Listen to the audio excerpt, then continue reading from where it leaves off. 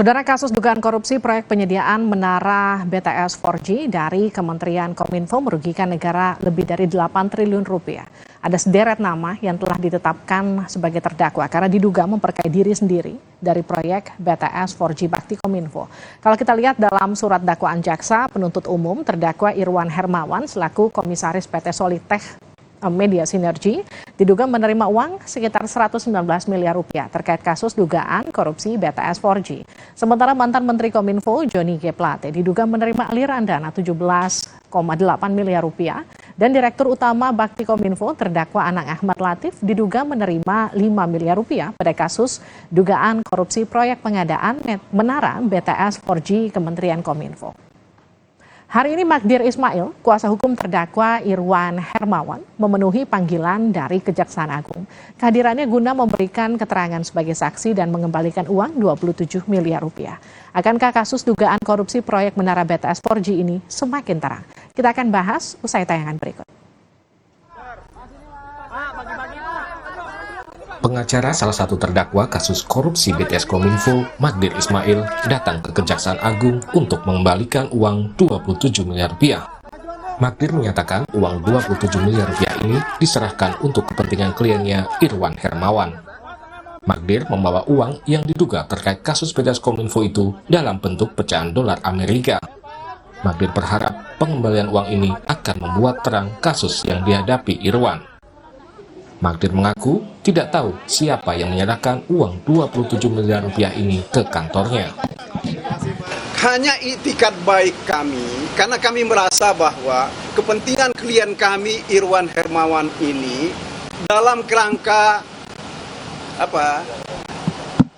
penyelesaian kewajiban dia, ya, terutama berhubungan dengan pelaksanaan kegiatan-kegiatan dia, makanya kami serahkan ini dengan itikad baik. Ya, inilah yang kami harapkan bahwa ini akan diterima dan nantinya akan diperhitungkan dengan kewajiban dari Irwan. Orang-orang yang membantu sampai sekarang kalau saudara-saudara tanya kepada siapa pihak swasta itu, kepada saya, kami tidak tahu.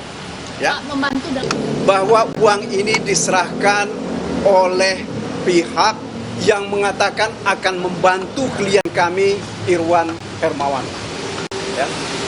Orang itu tidak menyebutkan sumber dari uang ini dari mana dan juga tidak disebutkan uang ini terkait dengan siapa. Ya, hanya dikatakan bahwa uang ini adalah untuk membantu Irwan Hermawan. Direktur Penyidikan Jampitsus Kejagung, Kuntadi menyebut orang yang menyerahkan uang 27 miliar rupiah ke kantor pengacara Magdir Ismail berinisial S. Namun, motif dan latar belakang S belum diketahui. Kejaksaan Agung masih mendalami asal-usul dan kaitan uang ini dengan perkara yang ditangani Kejagung. Bahwa keduanya tidak tahu siapa yang menyerahkan, inisialnya S, tapi latar belakangnya dan asal dari mana maksud tujuannya sampai hari ini kami tidak tahu.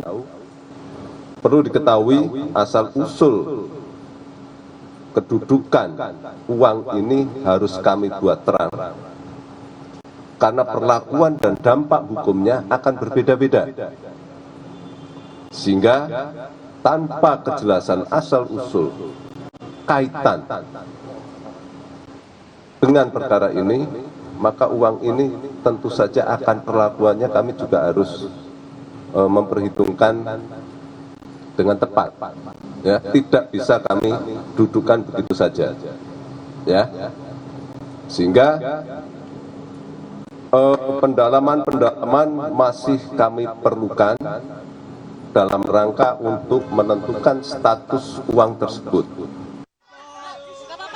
Sementara Menpora Dito Aryo Tejo kembali menyatakan tidak tahu menahu soal uang 27 miliar rupiah yang dikembalikan ke Kejaksaan Agung. Sebelumnya, Dito pada 3 Juli lalu telah diklarifikasi Kejagung soal dugaan aliran dana 27 miliar rupiah dari kasus BTS Kominfo. Dana yang dikembalikan, Pak? Saya nggak tahu menahu. Ya, nominalnya sama, Mas. Dari awal udah begitu dan kita udah melakukan proses resmi Hah? Tidak tahu menaut. 1 hari setelah diperiksa. Komisaris PT Solitech Media Sinergi Irwan Hermawan didakwa telah menerima uang 119 miliar rupiah dari proyek BTS Kominfo. Uang tersebut diduga juga dibagikan ke terdakwa kasus korupsi BTS Kominfo lainnya, antara lain ke mantan Menkominfo Johnny G. Plate serta mantan Dirut Bakti Kominfo Anang Latif. Dalam BAP, Irwan juga menyebut memberikan uang pada sejumlah pihak untuk mengamankan penyelidikan kasus korupsi BTS di Kejaksaan Agung. Ada salah satu pihak yang disebut menerima uang senilai 27 miliar rupiah. Tim Liputan, Kompas TV. Saudara, pengacara salah satu terdakwa kasus korupsi BTS Kominfo menyerahkan uang 27 miliar rupiah ke Kejaksaan Agung. Apa arti dan dampak hukum dari penyerahan uang 27 miliar? Kita akan bahas bersama Direktur Penyidikan Jampitsus Kejagung Kuntadi dan pakar hukum pidana Hipnu Nugroho. Selamat malam Pak Kuntadi, selamat malam Prof. Hipnu. Malam Mbak Livi. Saya ke Pak Kuntadi dulu ya. Pak Kuntadi, pengacara terdakwa korupsi BTS ini kan Pak Magdir menyerahkan uang 27 miliar ke Kejagung. Jadi ada penjelasan nggak dari Pak Magdir? Sebenarnya ini tuh uang apa dan ada kaitannya nggak dengan kasus BTS Kominfo? Ya, terima kasih Mbak. Sejauh ini kami belum bisa mendapatkan keterangan yang signifikan terkait penyerahan uang tersebut. Saudara Magdir hanya menjelaskan bahwa beberapa saat yang lalu di kantor yang bersangkutan telah ada seseorang yang menyerahkan sejumlah uang, tepatnya 1,8 juta US dollar. Ya. Apa kaitannya dan dalam rangka apa serta siapa orang itu, Saudara Magdir tidak bisa menjelaskan. Kalau tidak bisa menjelaskan, memang ada kaitannya kah untuk kemudian sengaja dirahasiakan, ataukah memang tidak mengetahui? Nah itu makanya pada hari ini tadi yang bersangkutan kami melakukan pemeriksaan, mendalami sejauh mana sih pengetahuan yang bersangkutan dan apa sih kaitannya, sehingga semua menjadi terang. Apa maksudnya, dari mana uangnya, dan ini tentu saja akan sangat membantu kami dalam rangka untuk menentukan sikap uang yang telah diserahkan tersebut akan kami lakukan sebagai apa. Baik, Pak Kuntadi tadi kan sudah digeledah kantornya Pak Magdir, apa hasilnya? Ya, yang tentu saja hasil penggeledahan masih itu ranah penyidikan ya. Kami kaji, namun tentu saja itu dalam rangka untuk mencari titik terang, mencari informasi apakah benar keterangan yang bersangkutan, apakah benar penyerahannya ada di kantor tersebut dan sebagainya. Ya. Tapi artinya sudah ada titik terang dong ya Pak Kuntadi, meskipun Anda masih belum bisa menjelaskan itu karena masih dalam ranah penyidikan. Pasti ada hasilnya dong.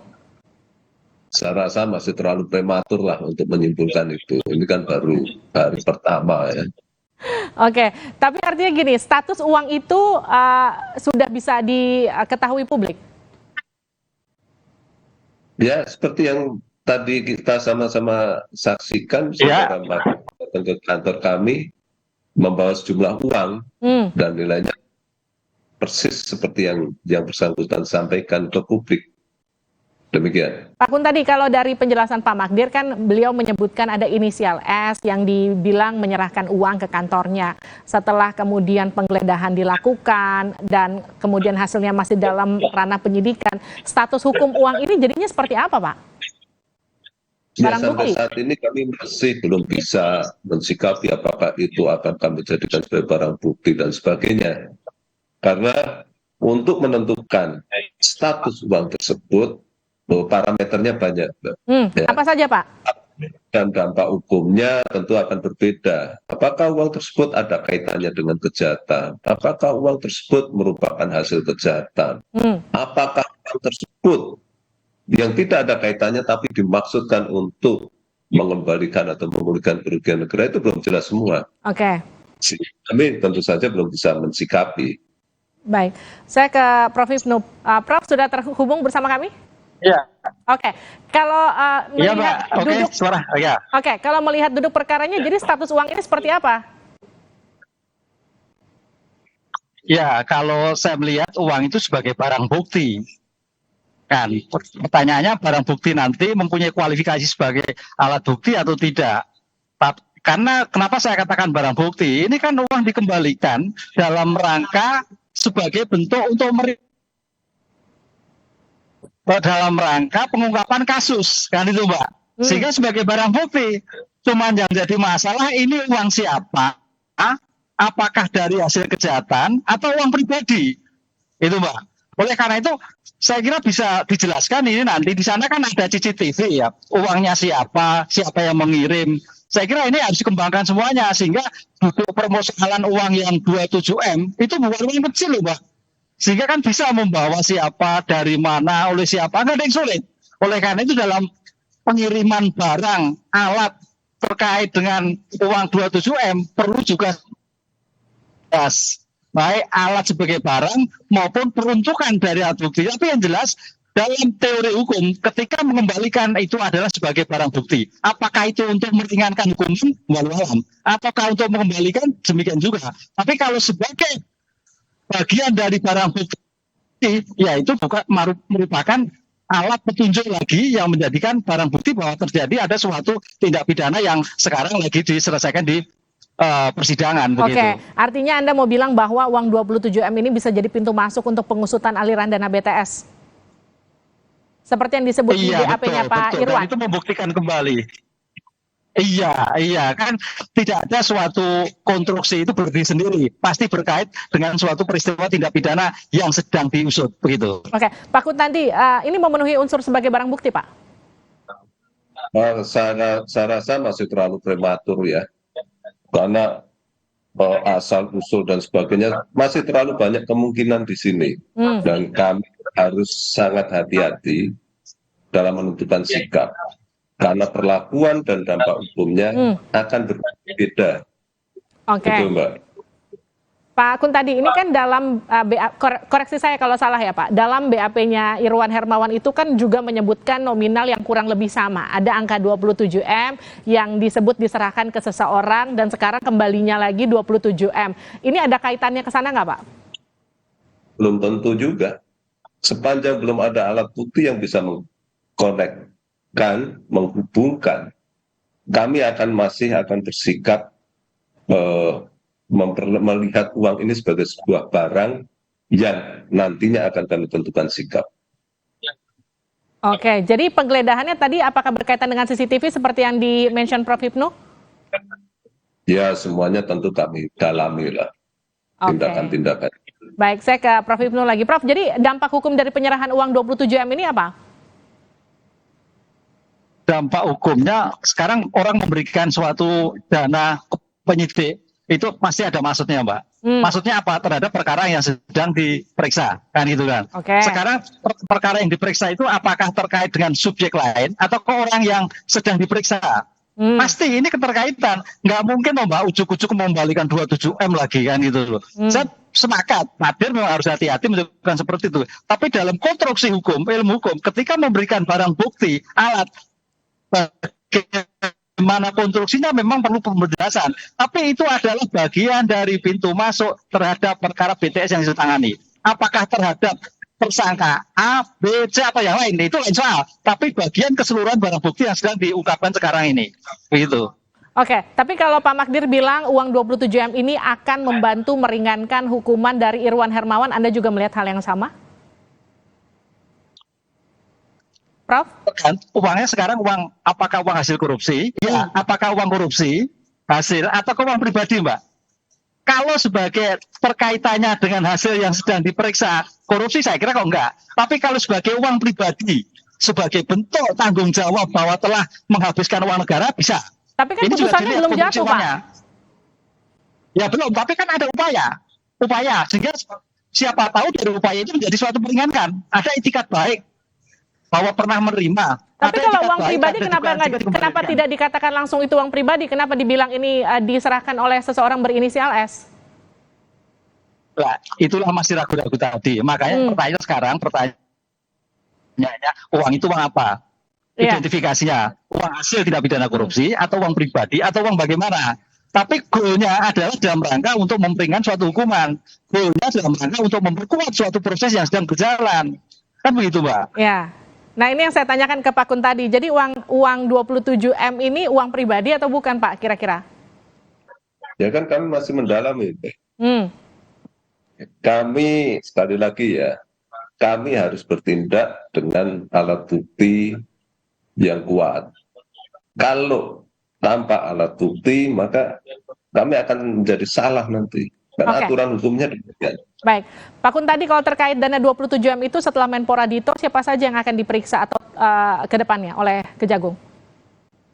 Ya, semua pihak yang menurut hemat kami keterangannya signifikan dan memang harus kami dalami, pasti kami panggil dan pasti kami dalami. Tapi belum ada nama tersebut siapa kira-kira yang akan dipanggil selanjutnya ya, Pak? Ya kan kemarin sudah ada tuh Saudara Edward, Saudara Eri, ya yang lain pasti nanti kita lihatlah sejauh mana sih urgensi dari keterangannya dan sejauh mana yang bersangkutan kami perlukan untuk membuat terang peristiwa pidana itu. Dan perlu saya tegaskan di sini, dalam hal ini kami masih belum melihat alat bukti ada atau tidak peristiwa pidana ya. Jadi kami masih merangkai ya. Jadi masih kira-kira menelusuri satu persatu siapa yang kemudian berpotensi akan terjerat ke depannya begitu kira-kira ya, Pak? Bukan terjerat, kami masih mencari informasi. Oke. Betul. Baik, terima kasih Prof. Hipnu, terima kasih Pak Kun tadi telah bergabung bersama kami di Sapa Indonesia Malam. Terima kasih atas waktunya. Polda Metro Jaya telah